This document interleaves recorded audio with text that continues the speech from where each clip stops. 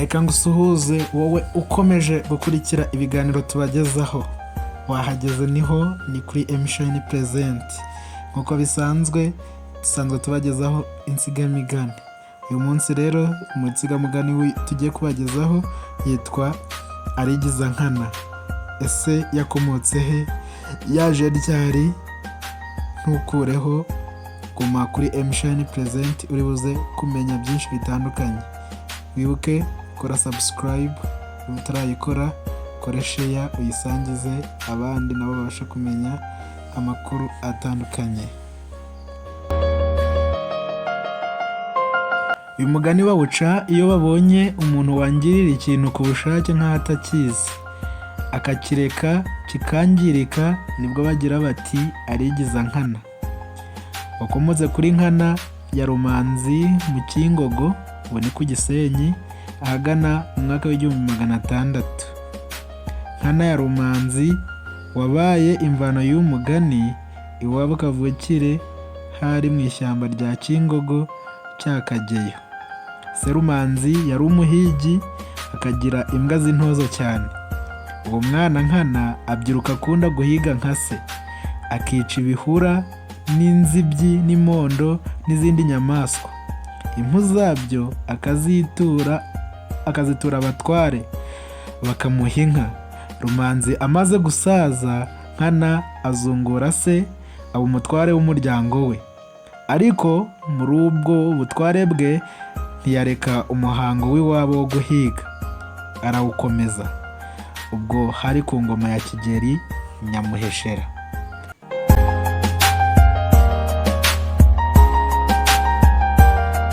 Rimwe rero Nyamuheshera ajya i Kingogo gutanga ibibanza, abo muri icyo gihugu baza kumubyukurukiriza. Haza inka z'imbyukuruke nyinshi cyane zirimo iz'uwo muhigi Nkana. Nyamuheshera abonye inka za Nkana arishima cyane, bituma abaririza nyirazo abanyakingogo bati ni za Nkana. Nyamuheshera ahamagara Nkana, araza ati Nyagasani nditabye. Nyamuheshera ati ni wowe nde? Undi ati ni njye Nkana. Nyamuheshera ati kuva ubu nkugize umutahiza w'inka zanjye zose nzajya nshyira ino mu Kingogo, kuko nabonye uzi gufata neza inka. Nkana byumvishe arumirwa ati uyu murimo w'ubutahiza nzawushobora nte?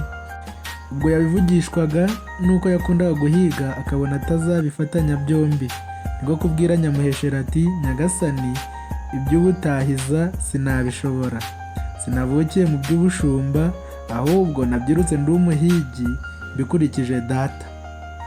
Nyamuheshera yumvise ko Nkana ari umuhigi arishima, kuko nawe ngo yakundaga guhiga. Abwira Nkana ati uzabifatanye byombi, nzaguha n'imbwa zanjye ujye uzihigisha. Nkana agiye kubyanga, abandi bamurya akara bati emera bitagukorera ishyano. Nkana aremera, bamugira umutahizi n'umuhigi, abifatanya byombi.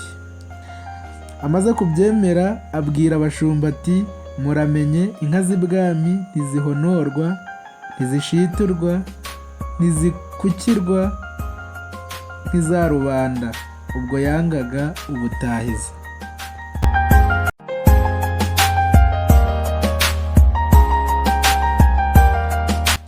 Nkana yita ku buhigi bwe, ubushumba arabwirengagiza. Arahiga, atura impu z'ibihura n'imondo n'inzibyi. Nyamuheshera aramushima, amugabira inka z'ibiti azivanga n'izo kwa se. Bukeye Nyamuheshera amutumaho ngo amuzanire inka z'ubushumba arebe uko zimeze. Nkana ararika abashumba ngo bazane inka zijye kumurikwa. Abashumba barimura, bazishororana n'amase yuzuye ibibero, kuko zitahanagurwaga. Zigeze imbere ya Nyamuheshera arazitegereza arumirwa, biramurakaza cyane. Abaza Nkana ati izi nka zanjye wazigize ute? Nkana ati Nyagasani, n'ubundi nakubwiye ko iby'ubushumba ntabizi. Ibyo nakubwiye nzi ni ubuhigi, kandi ubona n'impu njya nkuzanira.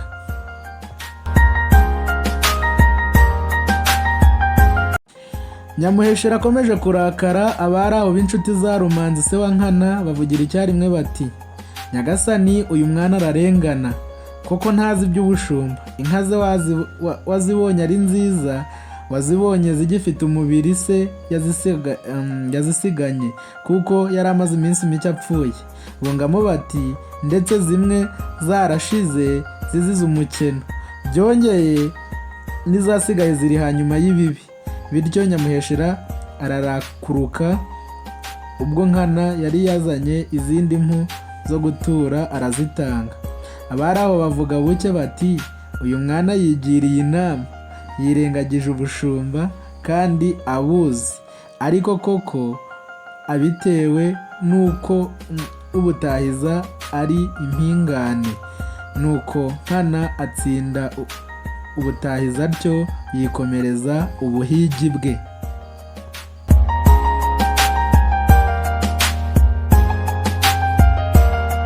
Ngibyo byabaye akarande mu Rwanda. Baba bategetse umuntu gukora ikintu kandi bazi ko akizi akavuga ko atakizi, bati arigiza Nkana. Ubwo baba bavuga ko abyangiriye abizi nka Nkana ya Rumanzi. Kwigiza Nkana bivuze kwangirira icyo uzi k'ubushake cyangwa se kwirengagiza.